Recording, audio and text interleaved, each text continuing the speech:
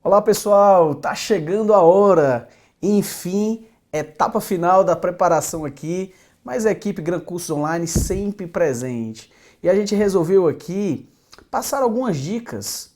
Meu nome é professor Felipe Leal, estou aqui para passar especificamente hoje dicas de direito ambiental. Como foi que eu preparei essa aula para vocês? Preparei realizando ali uma revisão sobre o assunto que foi dado e também uma compilação dos 10 últimos exames de ordem. Então, para cada questões, principalmente, eu ia buscando uma situação ou outra que poderia ali sinalizar o que vai cair na sua prova neste final de semana, ok? Então vamos lá, a gente vai trabalhar um pouco com princípios, com responsabilidade, licença, questões também de algumas áreas ali de proteção, unidades de conservação e ao final a gente vai trabalhar especificamente alguns julgados recentes, os mais recentes que foram ali colhidos por mim e a gente então vai finalizar essa preparação para eu ter certeza que você vai se dar bem aí na prova deste final de semana, ok pessoal? Então a gente começa aqui na sua tela um princípio que ele é muito conhecido, o princípio do desenvolvimento sustentável, coloquei até uma figura aqui ó, para, às vezes, uma figura interessante no momento ali, a pessoa está tensa, tá aí uma figurazinha legal. Então, essa figura aí, inclusive você já deve ter visto aqui que acompanhou minhas aulas. Aquele que atende às necessidades do presente, isso é o princípio, sem comprometer a possibilidade das gerações futuras. Até aí tudo bem, o que muita gente não consegue ali conciliar é em relação ao princípio de desenvolvimento sustentável com esse artigo 170 da Constituição Federal, que versa sobre a ordem econômica. É ela que é importante. Óbvio, a ordem econômica que era pautada pela valorização e a livre iniciativa tem princípios.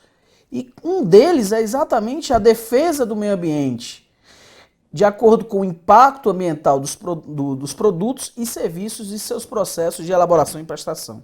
Ou seja, observe a conjugação do princípio de desenvolvimento sustentável com os itens racionalização e democratização da atividade econômica. Então, percebam que às vezes o princípio de desenvolvimento sustentável está ali, não é de longe ali que sempre cai nas questões de exame de ordem, mas ele pode vir travestido com outros caracteres, e aí eu coloco esses dois para vocês. Racionalização e democratização da atividade econômica pode assim cair na prova aí que vocês irão fazer, ok?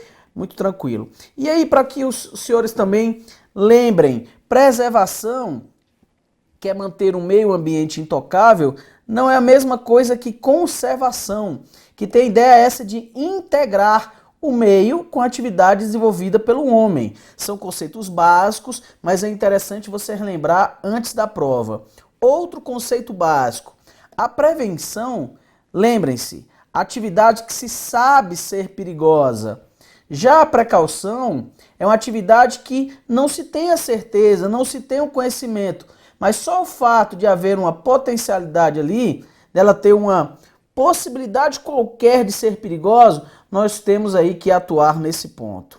E aí, outro princípio que eu levo aqui ao conhecimento de vocês, a gente também sempre ouve falar em princípio do usuário pagador, princípio do poluidor pagador, mas de vez em quando a gente afasta um princípio que está caindo muito, que é exatamente o princípio do protetor recebedor. Como que cai na sua prova? Como é que pode cair nessa sua prova agora, no 19º exame da ordem? Veja, agora pode cair no seguinte aspecto, ele vai te dar um exemplo específico e uma das alternativas corretas é exatamente aquela que permite um ente ali dar um subsídio, uma isenção de imposto para um município que acabar ali respeitando uma política ambiental que é imposta de uma maneira ali regional. Então na sua tela como é que pode cair na sua prova? Os estados incentivando os municípios que atingirem as metas ambientais estipuladas em lei estadual. Incentivando como, professor? Por meio de distribuição de parte do ICMS arrecadado nos limites constitucionais. Ou seja, quando você pega incentivos econômicos, você então está trabalhando com a ideia de que quem protege recebe uma vantagem. Ok, A gente conversou sobre princípios, fez uma análise rápida e vamos trabalhar em relação aos deveres do Estado. Entre os deveres, nós temos a de implementação de políticas públicas.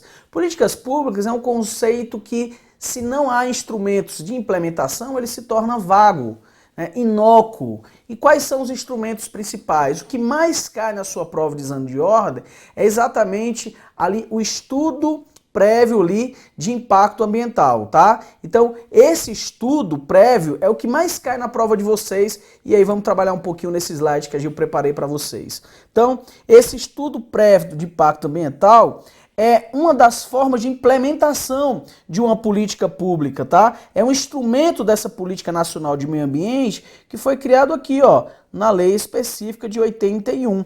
E ele tem algumas características, a gente já antecipa que é a publicidade, mas eu coloco todas as características possíveis para cair na sua prova. É um instrumento de avaliação de impactos que deve ser apresentado. Nós temos uma natureza dele preventiva, ou seja, obviamente se antecipando aos riscos. A publicidade dele é uma imposição, até porque a publicidade como imposição você oportuniza que a comunidade, notadamente aquela que vai ser ali, a que está mais próxima na atividade potencialmente poluidora, que ela tenha direito de ter conhecimento do procedimento ali no caso e do estudo em si, e também que ela possa participar principalmente das reuniões que ocorrem, e não são poucas, até ser aprovado ali a sua licença em qualquer uma delas que a gente vai trabalhar, salvo engano, no próximo slide. Ok, outro ponto que pode aparecer ali é se o estudo de impacto ambiental contempla apenas o meio ambiente natural. Óbvio que não. Nós temos que contemplar ali todo o meio ambiente, ou seja, em todas as suas dimensões. Cuidado, já caiu e pode cair novamente. Meio ambiente natural apenas? Óbvio que não. É simples, imaginemos uma mineradora que vai se instalar.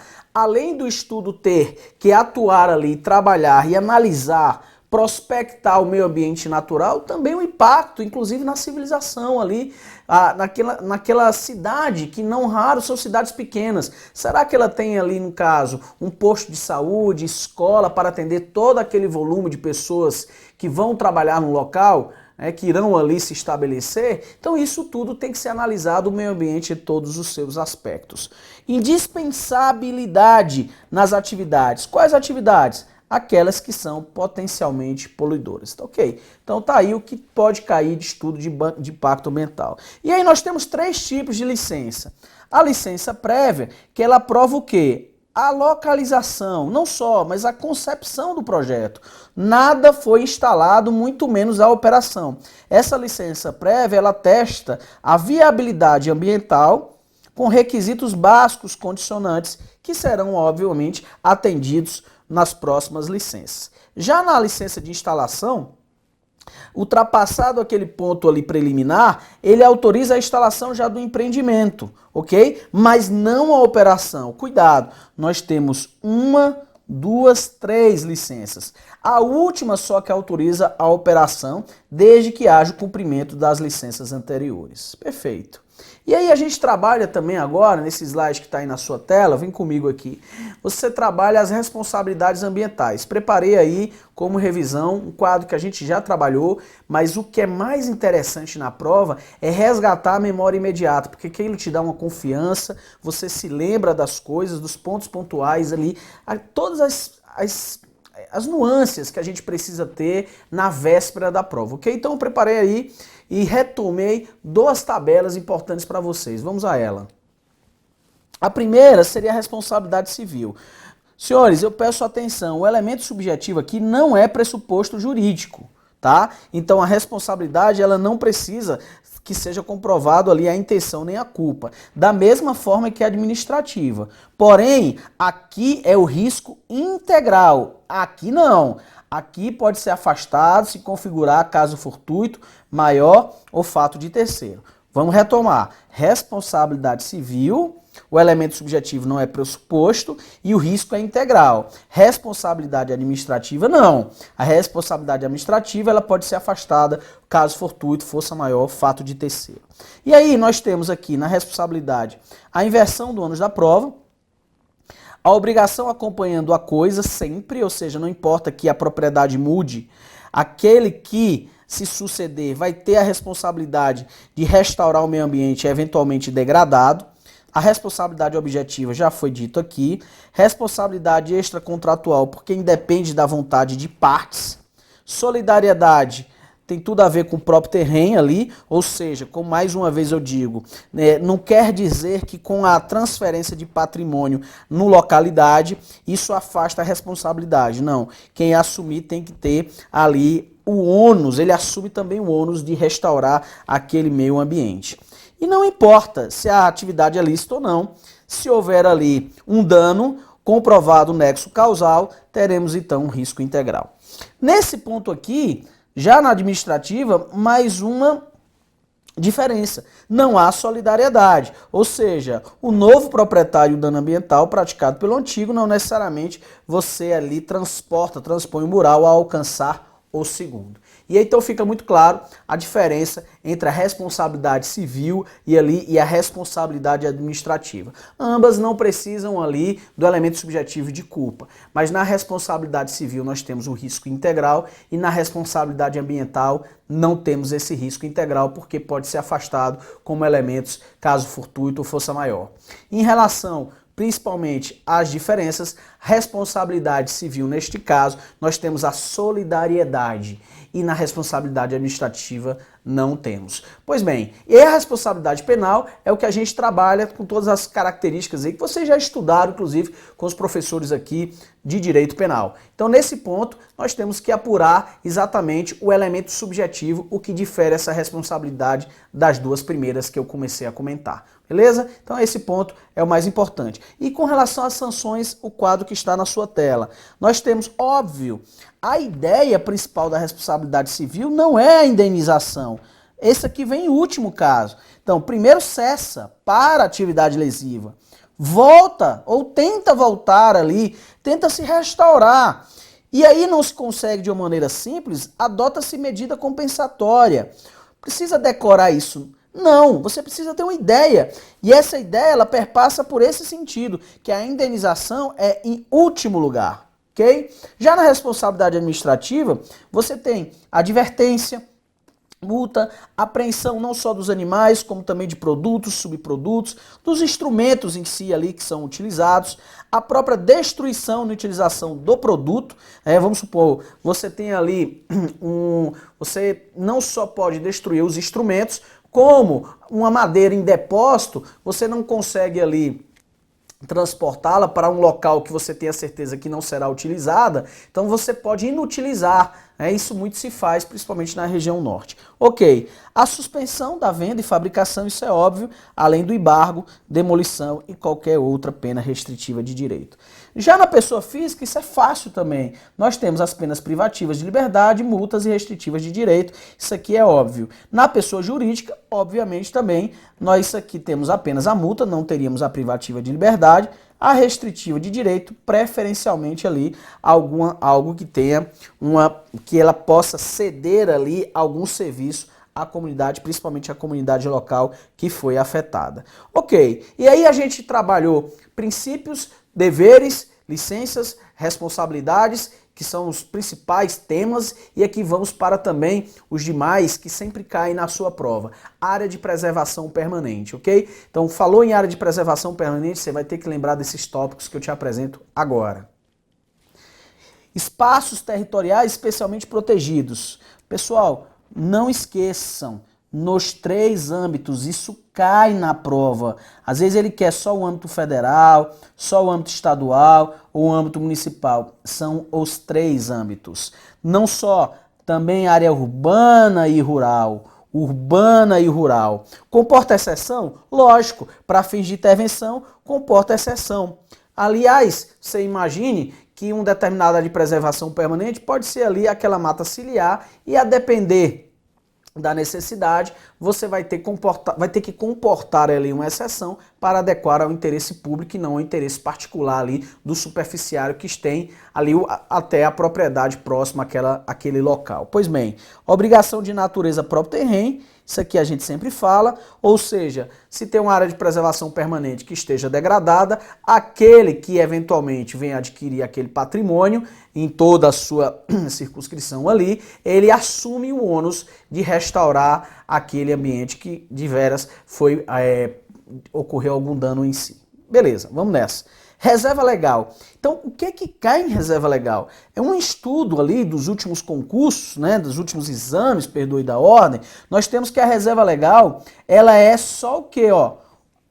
Posse rural. Então, vejam só, falou em reserva legal, falou em posse rural, diferentemente da área de preservação permanente. Beleza? Falou em reserva legal, falou em posse rural. Outro ponto.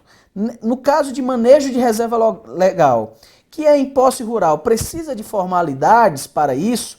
Não, não precisa de formalidade. Você imagina um agricultor que tem ali uma reserva legal, precisa de formalidade, precisa de lei para ele manejo?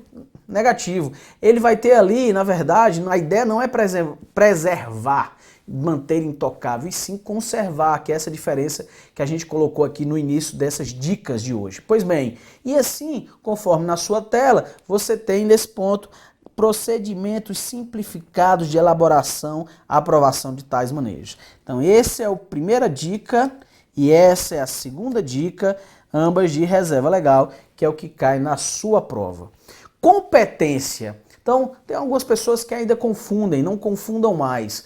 Competência administrativa de competência legislativa. Competência administrativa seria de guarnecer, de proteger. Não há que se falar em um ente com competência maior. A competência, nesse caso, é comum. Todos os entes têm a obrigação ali de proteção ambiental. Então, aqui na sua tela, a competência administrativa, também dita como competência material, ela é comum a todos os entes. Diferente da competência legislativa, porque a competência é concorrente. Norma geral para a União e as demais normas de forma suplementar ali aos entes no Estado e Distrito Federal.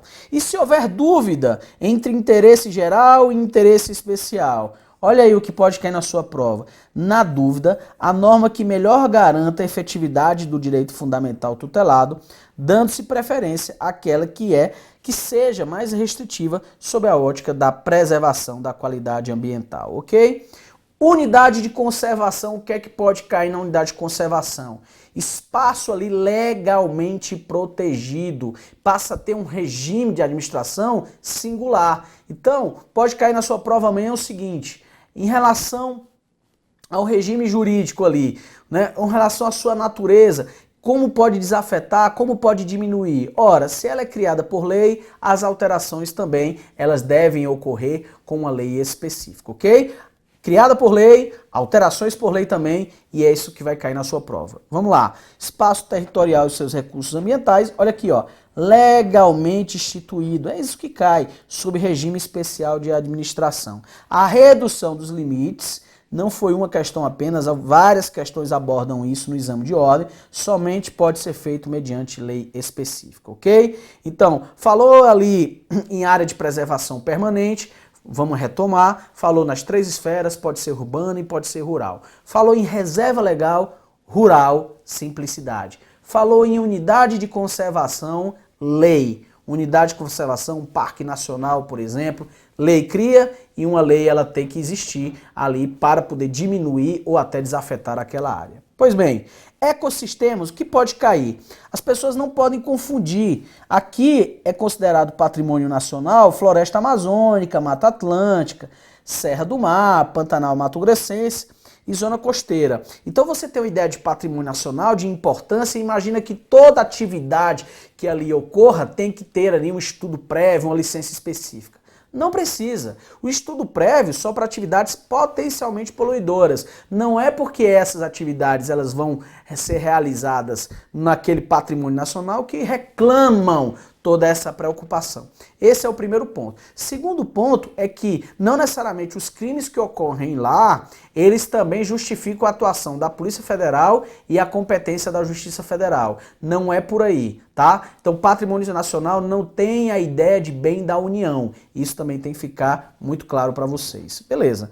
Agora vamos, finalizando aqui, trabalhar com os principais julgados recentes. Primeiro, princípio da insignificância. É possível aplicar o princípio da insignificância em crimes ambientais? A resposta é positiva. E às vezes, o candidato ali no exame da ordem, o bacharel de direito, ele acaba se confundindo, não fica ali lembrando, aquilo está um pouco vago, e ele acaba tendo o seguinte pensamento: ora, crime ambiental, direito ambiental, proteção, insignificância não cabe. Cuidado, cabe sim. Então, essa é a primeira dica dos julgados recentes. Segunda dica, neste caso, é a responsabilidade da pessoa jurídica. E por que isso é um assunto bem contemporâneo? Porque antes era necessário a responsabilização tanto da pessoa jurídica como da pessoa física, o que nós dávamos o nome de ali autoria por ricochete, tanto um quanto o outro. Mas neste caso, após algumas decisões recentes, não há mais que se falar nessa necessidade de dupla imputação, ok? De modo que a pessoa jurídica, ela pode ser ali responsabilizada sem que haja também a responsabilização de uma pessoa física. Então esses são os dois primeiros julgados. Vamos ao terceiro aqui. Posse irregular de animal silvestre em ambiente doméstico por longo período de tempo. Ora, o que é que fala o informativo 550 do STJ? Então se você tem a posse de animal silvestre por mais de 2 anos, por exemplo, isso acaba sendo ali um indiferente, né? Então, como se fala, é possível que você consiga ter que se abster de devolver aquilo. Aliás, a depender do animal, se você devolver ao seu meio ambiente, ele vai morrer porque ele nem tem mais aquela, digamos, aquele aspecto de sobrevivência em um meio competitivo que é o meio natural, ok? Então se falou em posse ali mesmo ilegal de animais silvestres, é doméstico, já tem um tempo, vamos deixar ali quieto, tá bom? Informativo 550. Informativo 544, particular que deposita resíduos tóxicos em seu terreno.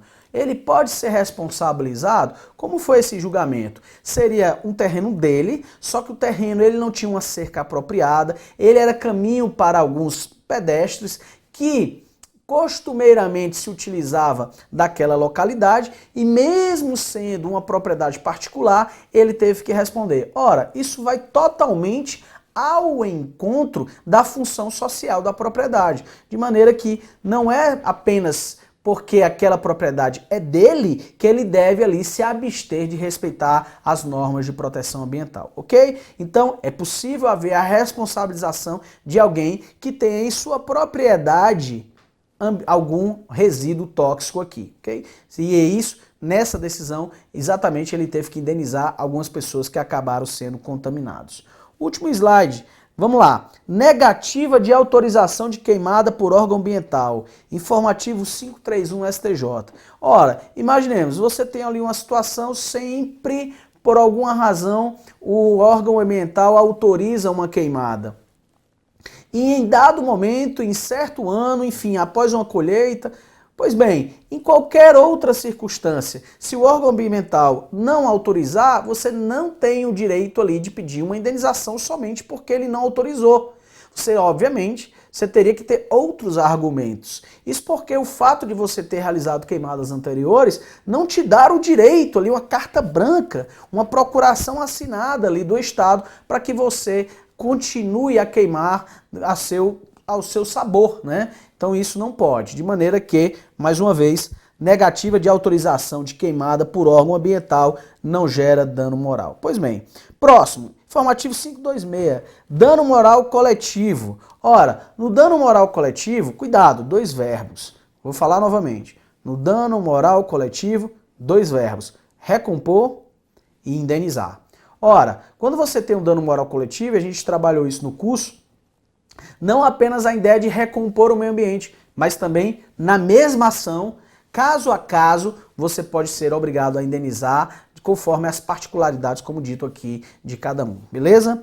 Informativo 526 também. Então, ação civil pública proposta pelo MPF para proteção de zona de amortecimento de Parque Nacional. Olha aí, Parque Nacional é uma coisa que às vezes acaba você se atrapalhando. Falei que pode ser ali, nós temos algumas nuances, mas aí uma decisão que a gente pode trabalhar. Ou seja, mesmo não sendo, neste caso, dentro do parque, na sua zona de amortecimento, entendida como tal, aquela área que circunda, que orbita ali o parque e que, obviamente, tem que ser protegido, porque nós temos que ter um espaço entre o parque em si e um ambiente não protegido, até para amortecer, e esse é o nome. Então, se houver um dano aí, o MPF também pode agir, ok? Esse é o informativo. Outro ponto interessante, que é o informativo 524, possibilidade dos Estados-membros disporem sobre fontes de abastecimento de água. Ora, se você tem ali questões sanitárias, então você não pode deixar também, como foi dito, ao sabor ali de cada um, a instalação, inclusive, de poços, né? Não, se você já tiver ali uma situação em que você deseja que todos acabem aderindo a um plano ali ambiental, você pode obrigar sim que ele adote. E você pode proibir o poço artesiano, por exemplo, entre outras medidas que cada um acaba fazendo, até porque deve-se ter uma padronização. Obviamente que se não houver essa padronização, nenhum plano, nenhum aspecto sanitário, aí sim, somente neste caso, é que você pode ali instalar e não tem que dar satisfação nesse ponto específico ao Estado, ok? Então, beleza. Pessoal, estamos aí, obrigado demais. Aqueles que não só acompanharam minha aula, acompanharam o curso, estão aqui junto, a gente está aqui, a equipe Gran Cursos Online aqui, sempre presente. Vamos domingo estar com vocês, iremos às ruas, inclusive, dar aquela palavra de apoio, e aí receber aquele sorriso que tanto também ali é importante para o professor na saída do aluno, quando o aluno chega e diz, olha, aquilo que você falou, aquilo deu certo, compreendi. Isso é o que move aqui o aluno, o professor, perdoe, nesse projeto, ok? Então, olha, fique com Deus, tenha calma. Eu sempre digo o seguinte, pegou a prova, não vai agoniado ali, já querer responder, não precisa disso. Pegou a prova, dá uma respirada, olha no lado, folheia ela, sente, sabe? A prova tem que estar no seu domínio. Então ali, ó, passa a mão nela, olha um pouquinho, verifica se tem todas as questões e aí comece pelas disciplinas que você tem maior intimidade e vá embora rumo à tua aprovação. Deus abençoe e até a próxima.